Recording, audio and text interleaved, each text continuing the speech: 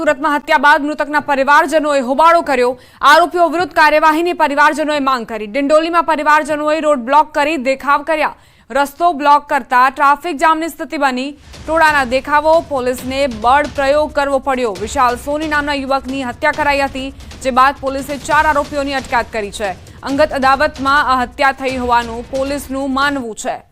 તો કઈ રીતે રસ્તો બ્લોક કરવામાં આવ્યો, પરિવારજનો અહીં ઉશ્કેરાયા અને તેમણે રોડ પર ચક્કાજામ કરીને પોતાનો વિરોધ દર્શાવ્યો। ટૂંકા ગાળામાં 4 આરોપીઓને પકડી લીધા હતા। આ 4 આરોપીઓને પકડવાની જાણ પણ અમે મૃતકના પરિવારને કરી હતી। મૃતકના પરિવારને અમે વારંવાર એમ કહીએ છીએ કે તેઓ અમને સાથ આપે, કાયદો હાથમાં ન લે, જેથી અમે જે મુખ્ય આરોપીઓ છે એના વિરુદ્ધ કાયદેસરની કાર્યવાહી કરી અને એમને કડકમાં કડક સજા અપાવી શકીએ, પ્રોપર એવિડન્સીસ ભેગા કરી શકીએ। એના માટે અમે એમને કીધું હતું કે અમને સહકાર આપે, પરંતુ આજે કોઈ કારણસર એ લોકો અહીંયા ભેગા થઈ ગયા હતા અને ડિંડોલી બ્રિજ છે ત્યાં પાસે ભેગા થઈ ગયા હતા અને રસ્તો રોકવાનો પ્રયાસ કર્યો હતો। આ પ્રયાસના અનુસંધાને પોલીસે તત્કાલ ત્યાં પહોંચી જઈ અને લોકોને ત્યાંથી હટાવ્યા હતા। લોકો થોડીક વાર માનતા ન હતા, તેથી જરૂરી બળ વાપરીને એમને હટાવ્યા હતા, સમજાવ્યા પણ હતા। મૃતકના પરિવારોને અમે વારંવાર એક જ અપીલ કરી છે કે તમે અમને સહકાર આપો, બિનજરૂરી વાતોમાં ન પડો। સમાચાર મહેસાણાથી દારૂ બંધ કરાવવા ભાજપના ધારાસભ્ય મેદાને ઉતર્યા છે। કડીના ધારાસભ્ય કરશન સોલંકી પોલીસ સ્ટેશન પહોંચ્યા। નંદાસણ પોલીસ સ્ટેશને જઈને તેમણે રજૂઆત કરી। મારા વિધાનસભા વિસ્તારમાં દારૂ બંધ કરો તેવું કહેવું છે કરશન સોલંકીનું। કડી વિસ્તારમાં દારૂનું વધુ દૂષણ થઈ રહ્યું છે। સોલંકી સીએમ અને એસપી સાહેબને પણ રજૂઆતો કરી ચૂક્યા છે। દારૂનું દૂષણ બંધ કરાવવા માટે મારા પ્રયત્ન છે તેવું પણ કહેવું છે કરશન સોલંકીનું। સવાલ અહીં એ કે શું કડી તાલુકામાં દારૂની રેલમછેલ ચાલી રહી છે, જેની જાણકારી ધારાસભ્યને મળી। ભાજપના ધારાસભ્યના દારૂબંધી સામે જ સવાલ। પોતે ધારાસભ્ય આગળ આવ્યા છે, દારૂબંધી સામે સવાલ પણ ઉઠી રહ્યા છે।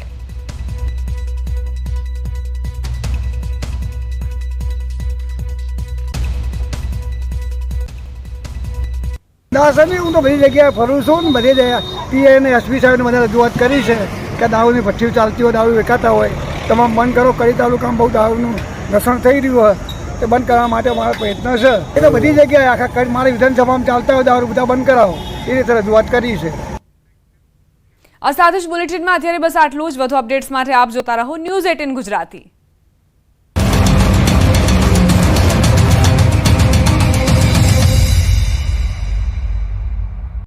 તારીખ 27 સુધી રાજ્યમાં હીટવેવની આગાહીને લઈને મૂંગા પશુઓ માટે પાણી, ઓઆરએસ સહિતની વિશેષ વ્યવસ્થા કરાઈ છે। સિંહ અને દીપડા જેવા હિંસક પ્રાણીઓના પાંજરામાં બરફ મૂકવામાં આવી રહ્યા છે। આ સાથે પાંજરામાં ફોગર દ્વારા વાતાવરણ ઠંડુ રહે તેવા પ્રયાસો હાથ ધરવામાં આવી રહ્યા છે। તો પીવાના પાણીમાં ઓઆરએસ નાખવામાં આવી રહ્યું છે। ઠંડક મળી રહે તો બીજા સરીસૃપ અને તૃણાહારી માટે લીલા ઘાસ તેના પાંજરામાં નાખવામાં આવ્યા છે। તો પક્ષીઓ માટે તેના પાંજરા ફરતે ગ્રીન નેટ લગાવવામાં આવી છે। પ્રાણીઓના શરીરમાં પાણી ઘટે નહીં, સાથે વેટરનરી ડોક્ટરો દ્વારા સતત મોનિટરિંગ કરવામાં આવી રહ્યું છે। અમદાવાદમાં ગરમીનું રેડ એલર્ટ હવામાન વિભાગે આપ્યું છે, ત્યારે કાંકરિયા પ્રાણી સંગ્રહાલય તરફથી પ્રાણીઓ માટે ખાસ સાવચેતી અને તકેદારી રાખવામાં આવી રહી છે। પ્રાણીઓને ગરમીથી બચાવવા કુલર મુકાયા, તો દરેક પાંજરામાં પ્રાણીઓ માટે બનાવાયા છે પાણીના હોજ। સાથોસાથ પાંજરામાં ઠંડક રહે તેવી વ્યવસ્થાઓ પણ કરવામાં આવી છે। અંકલેશ્વર મામલતદાર કચેરીએ સરકારી બાબુઓની સાહેબગીરીને કારણે અરજદારોને ગરમીમાં શેકાવાનો વારો આવ્યો। સરકારી કર્મચારીઓ સમયસર હાજર ન રહેતા અરજદારો અટવાયા। આવકના દાખલા તથા ક્રિમિલિયર સર્ટિફિકેટ કઢાવવા અરજદારો કલાકો સુધી લાઇનમાં ઉભા રહ્યા હતા। આ બાજુ છોટાઉદેપુર નગરપાલિકામાં જન્મ મરણ વિભાગમાં અરજદારોએ હોબાળો મચાવ્યો। વહેલી સવારથી લાઇનમાં ઉભેલા 20 થી 25 અરજદારોએ કચેરીમાં રોષ ઠાલવ્યો। ઓફિસમાં કોઈ જવાબદાર કર્મચારી ન હોય હાજર, જેના કારણે અરજદારોમાં ભારે રોષ જોવા મળ્યો। તો ધોરાજી ગ્રામ્ય પંચાયતમાં તલાટીઓ ગેરહાજર અને અનિયમિત આવવાને કારણે ગ્રામજનોના કામ ન થતા હોવાની વાત ગ્રામજનોએ કરી। સાથે જ તેઓએ કહ્યું કે મુશ્કેલીનો ઘણો સામનો કરવો પડે છે। ગ્રામ પંચાયતમાં અલીગઢના તાળા જોઈને લોકોને ધક્કા થયા। જામનગર સિવિક સેન્ટરમાં અસુવિધાથી લોકો ત્રસ્ત થયા। ક્રિમિલિયર સર્ટિફિકેટ અને આવકના દાખલા મેળવવા ભર ઉનાળે લોકોની કતારો સવારથી યથાવત જોવા મળી। સિવિક સેન્ટરમાં બેસવાના બાંકડા તૂટેલા જોવા મળ્યા। ભર ઉનાળે સિવિક સેન્ટરમાં ઓફિસ અંદર પાણી માટે પણ કોઈ વ્યવસ્થા જોવા ન મળી। કથાકાર રાજુગીરી બાપુની ટિપ્પણીનો વિવાદ વકર્યો છે, જેમાં કોળી સમાજના ઉગ્ર વિરોધ બાદ પોલીસ એક્શનમાં આવી છે. નવાબંદર મરીન પોલીસ સ્ટેશનમાં બાપુ વિરુદ્ધ ગુનો નોંધાયો છે, જેમાં વિવાદિત નિવેદનના પગલે કથા પણ વહેલી સમિતિ લેવાઈ છે. સાવરકુંડલાના રાજુગીરી બાપુએ વિરોધ બાદ માફી માંગી છે, જેમાં કોળી ઠાકોર સમાજ બાબતે વિવાદાસ્પદ ટિપ્પણી કરી હતી. પ્રેમ લગ્ન મુદ્દે વાત કરતા કોળી સમાજ વિશે ટિપ્પણી કરી હતી. વિવાદાસ્પદ નિવેદનથી કોળી ઠાકોર સમાજમાં રોષ વ્યાપ્યો હતો, જેમાં વિરોધ બાદ રાજુગીરી બાપુએ કોળી ઠાકોર સમાજની માફી માંગી છે. તેમજ જણાવ્યું છે કે વ્યાસપીઠ પરથી કોઈ સમાજને ઠેસ પહોંચાડવાનો ઈરાદો ન હતો. આ જ સમાજના બાળકો મારી આશ્રમ શાળામાં ભણે છે. એ બધા બાળકો મારા બાળકોની સમાન છે. મારાથી ભૂલ થઈ છે, હું સમાજ આગળ ક્ષમા માંગુ છું. એક સાધુનો દીકરો કોળી સમાજની માફી માંગે છે. જંગલ સફારીમાં સિંહ જોવા જતા હોવ અને એ પહેલા રસ્તામાં સામેથી જ સિંહ મળી જાય તો એ પણ ખુલ્લા રસ્તા પર આંટાફેરા કરતા. ધારીમાં ધૂમધકતા તાપમાં સિંહ પરિવાર રસ્તા પર લટાર મારવા નીકળ્યો. ધોળા દિવસે એક સાથે 4 સિંહ ધારીના સફારી પાર્ક રોડ પર ફરતા દેખાયા. રોડ પરથી પસાર થઈ રહેલી કાર સિંહ પરિવારને જોઈને થંભી ગઈ અને કાર ચાલકે સિંહનો નમસ્કાર, આપ જોઈ રહ્યા છો ગુજરાતની number 1 news channel news 18 Gujarati. આપણું ગુજરાત સાથે હું છું સિદ્ધાર્થ દોડકિયા. મહત્વના સમાચારથી કરીએ શરૂઆત. અમદાવાદ એરપોર્ટ પરથી 4 આઈએસઆઈએસના આતંકીઓ ઝડપાયા. પાકિસ્તાનના અબુના કહેવાથી સુસાઇડ બોમ્બર બનવા તૈયાર હતા. ગુજરાત એટીએસ 4 આતંકીઓને ઝડપી પાડી છે. આતંકીઓ શ્રીલંકાના કોલંબોથી તમિલનાડુ થઈ અમદાવાદ આવ્યા હતા. કોઈ મોટા મનસુબા સાથે આવેલા 4 આતંકીઓની એટીએસ દ્વારા ધરપકડ કરવામાં આવી છે. એટીએસની પૂછપરછમાં કેટલાક મોટા ખુલાસા થયા છે. આરોપી આતંકી સંગઠન આઈએસઆઈએસના સક્રિય સભ્ય હોવાનું સામે આવ્યું છે. આતંકીઓના નામની વાત કરીએ તો મોહમ્મદ નુસરત, મોહમ્મદ ફારિશ, મોહમ્મદ નફરાન, મોહમ્મદ રગજ દિનન છે. તમિલ ભાષાના જાણકારને સાથે રાખી એટીએસ દ્વારા સઘન પૂછપરછ કરાઈ છે.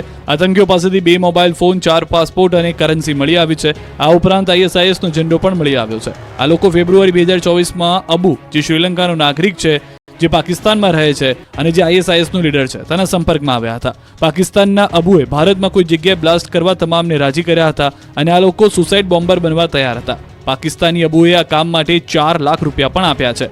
મોબાઈલમાં અલગ અલગ ફોટો અને વિડીયો મળ્યા છે. આ તમામ આતંકીઓ આઈએસઆઈએસના સંપર્કમાં હતા. મોબાઈલમાં નાના ચિલોડાના અમુક લોકેશન મળ્યા છે. અબુએ હથિયારની વ્યવસ્થા કરી છે. માહિતી મુજબ એટીએસના અધિકારીઓને નાના ચિલોડાથી 3 પિસ્તોલ અને 20 જેટલા કારતૂસ પણ મળી આવ્યા છે. આ ઉપરાંત એક સ્ટારનું ચિહ્ન મળી આવ્યું છે. પોલીસને આશંકા છે કે આ કામમાં કોઈ સ્થાનિક દ્વારા મદદ કરવામાં આવી રહી છે.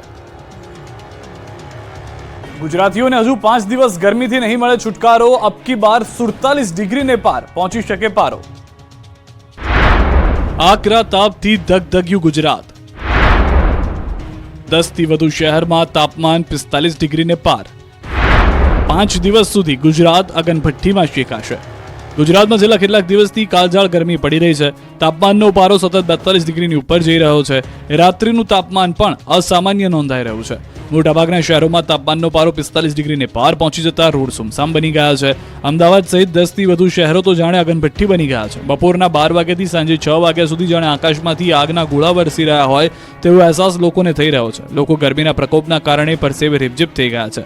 હવામાન વિભાગના મતે અમદાવાદમાં ગરમીનો પારો 45 ડિગ્રીને પાર પહોંચ્યો છે, તો સૌથી વધુ તાપમાન ડીસાના 45.3 ડિગ્રી નોંધાયું છે. હાલ રાજ્યમાં પશ્ચિમથી ઉત્તરના પવનો ફૂંકાઈ રહ્યા છે, જેના કારણે હજુ 5 દિવસ સુધી ગરમીમાં ગુજરાતવાસીઓ